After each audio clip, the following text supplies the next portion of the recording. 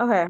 Chapter 8 assessment results, feedback, standards, reference grading, and reporting by us. Okay, step one, what are the issues of grading? So what's wrong with grading? Grading as a form of individualized student accountability has always gone hand in hand with schooling. But the standards movement shifted the focus and the criteria used, and but grading is inevitably a part of American education. Grading tends to perpetuate inequity. Rethinking grading can be incredibly powerful for strengthening equity. Improving the accuracy, fairness, and consistency of grading lends itself to opening the door to equity. For most teachers, giving grades is considered normative as feedback, reflective of a student's performance. Normative feedback defeats the intent of improving learning. Okay, so step 2, to grade or not to grade, the compatibility of grading with assessment as and for learning. Um, the dividing line on the grading issue. There is a dividing line on the issue of student grading. One side feels that grading is anti-ethical, and the other feels that grading is a form of feedback for results. Teachers can best resolve this controversy by bringing expertise to instructional assessments and have expectations about what each child should be able to produce in response to the instructional assessment task. Teachers are also beginning to consider the influence of students' academic language use on the expression of their content knowledge and to separate language proficiency and achievement from other classroom expectations. It's important to know also that when grading is more accurate and equitable, students feel more empowered with more control over their outcomes. Don't know why it does that. Okay, step three, setting learning goals to anchor grading practices. So, setting learning goals. The first part is teachers may guide students in setting goals for content and language based, yeah, in setting goals for content and language based on specific criteria. So, the second one has two parts. Is connect goals. Content goals should come from high academic standards and content targets. And language learning goals should be based on language proficiency standards and development standards, as well as language targets. Depending on students' age, content and language learning goals can be determined by individual students from models or with help from peers and teachers. The information from learning goals helps determine the criteria for grading. Information regarding grading has to be communicated with students at the beginning so that there is an understanding of expectations, procedures, and policies. Okay, so step 4 is giving grades to English language learners. Um, Grading English language learners. English ELLs have not reached academic parity in English with their English proficient peers. Due to the increasing numbers of linguistically and culturally diverse students, especially ELLs, teachers need to carefully re-examine how they make judgments about students' performance and provide feedback to the students. We should also think about the factors that influence our grading practices and what we would want to communicate to students about their language learning. Okay, step five, the dilemma of grading ELLs. The dilemma in many elementary and middle schools, teachers usually work with groups of much more heterogeneous ELLs that are in their classes. So part A is just a bunch of questions that we should ask ourselves, or that the book has us ask. And then part B is some provisions must be made in grading ELLs so that they are not punished for not having the necessary English or background knowledge to navigate grade level text efficiently or write commensurately to their English proficient peers. So this is just a figure that was in the textbook that shows criteria associated with meeting expectations for writing for ELLs at the language proficiency level 3.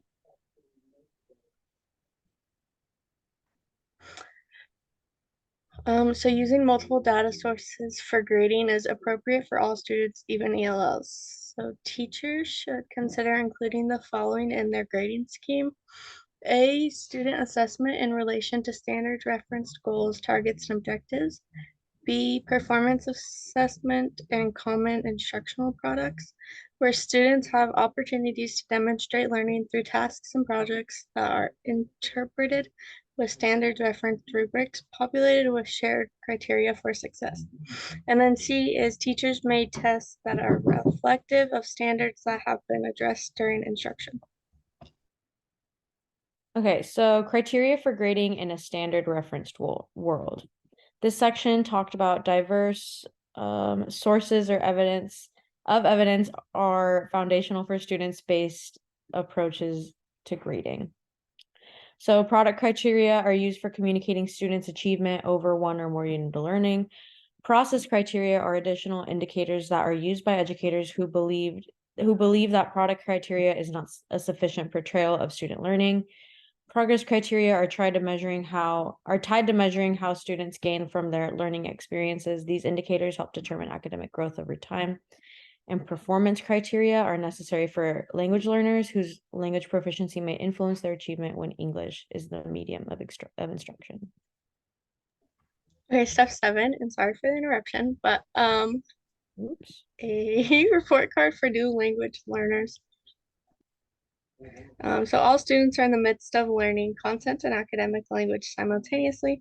Grades for ELLs and other language learners in dual language and immersion programs should represent both their language proficiency and academic achievement in the languages of instruction. This figure shows one way of displaying grades for dual language learners, and members are able to see a student's academic performance in relation to their language development. Okay, so can-do descriptors. Can-do descriptors are task-based examples of what ELLs can do linguistically at a given level of language proficiency. In 2016, the can-do descriptors were reorganized around the key uses of academic language: discuss, explain, argue, and recount.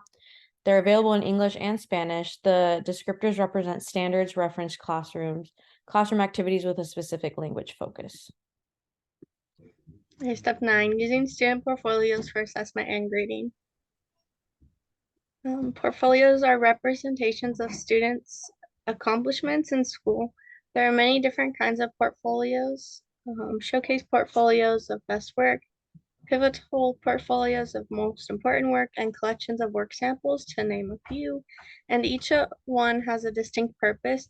We limit our discussion here to the assessment portfolio, a systematic collection of the processes and products of original student work and their associated documentation. So if assessment portfolios are part of a grading scheme in a classroom, school, or district, then certain procedures are necessary to ensure their care, maintenance, and reliability. If all teachers at a given grade are using the identical criteria in evaluating student work and rely on common instructional products as an anchor, then the potential usefulness of portfolios is expanded.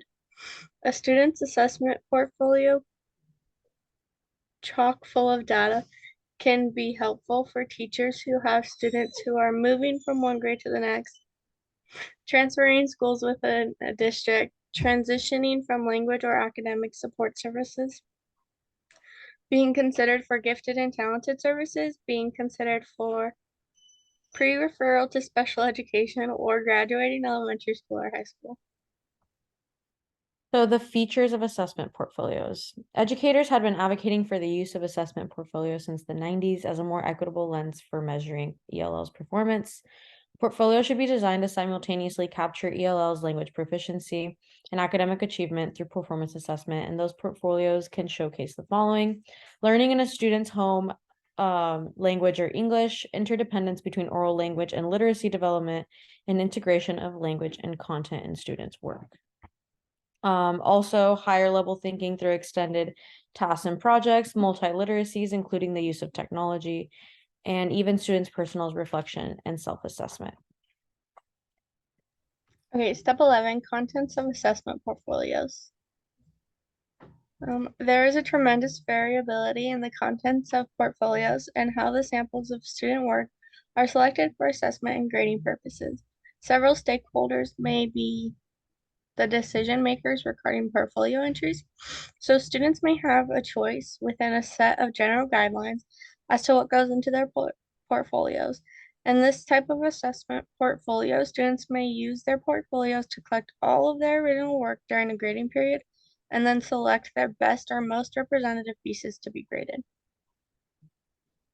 So in designing students' assessment portfolios, consider students' age, levels of language proficiency, familiarity with handling contents. So example assessment portfolio entries. Assessment portfolio should represent standards, curriculum, and the language of instruction in the proportion to their use. A dated student summary sheet with student characteristics, teacher and student goals, college and career readiness standards, and language proficiency development standards that have been addressed, and a list of contents, including scores if applicable. Introduction, including the purpose and audience by the student, original samples of the work, entries that demonstrated students' multiliteracies, quizzes and tests if warranted, and peer and student self-assessment or reflection on the collective body of work. Reporting student progress in portfolio conferences. Assessment portfolios are the perfect venue for students to showcase their newly acquired language and knowledge, as well as to share their accomplishments with others. One-on-one conferences can be arranged at the close of a marking period to organize the contents, review the entries, and set common goals for the coming months. In that way, the grades that are ultimately assigned have personal meaning to the students and their family members. Okay, so teacher-student conferences. Students' involvement in the creation of their portfolios carries over to the conferencing with their teachers. The following scenarios may be adapted by teachers for the use with their students. So these are just examples that the book gave us for questions to ask during the like one-on-one with your student. Some of them are show me your best work, tell me why you chose this, what did you learn from doing it, let's look at your goals, what grade do you think you should get and why. Show me your portfolio, tell me what you did, which one are you proud of and why. And the other one's more goals focus. Let's look at your goals in the marking period of the criteria. How have you improved? Show me a piece from the beginning and a piece that you finished and tell me how you are a better reader. Okay, student-led conferences.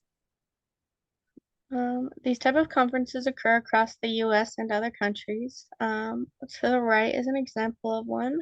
An effective student-led conference consists of the following: clear agendas, providing multiple opportunities for students to reflect.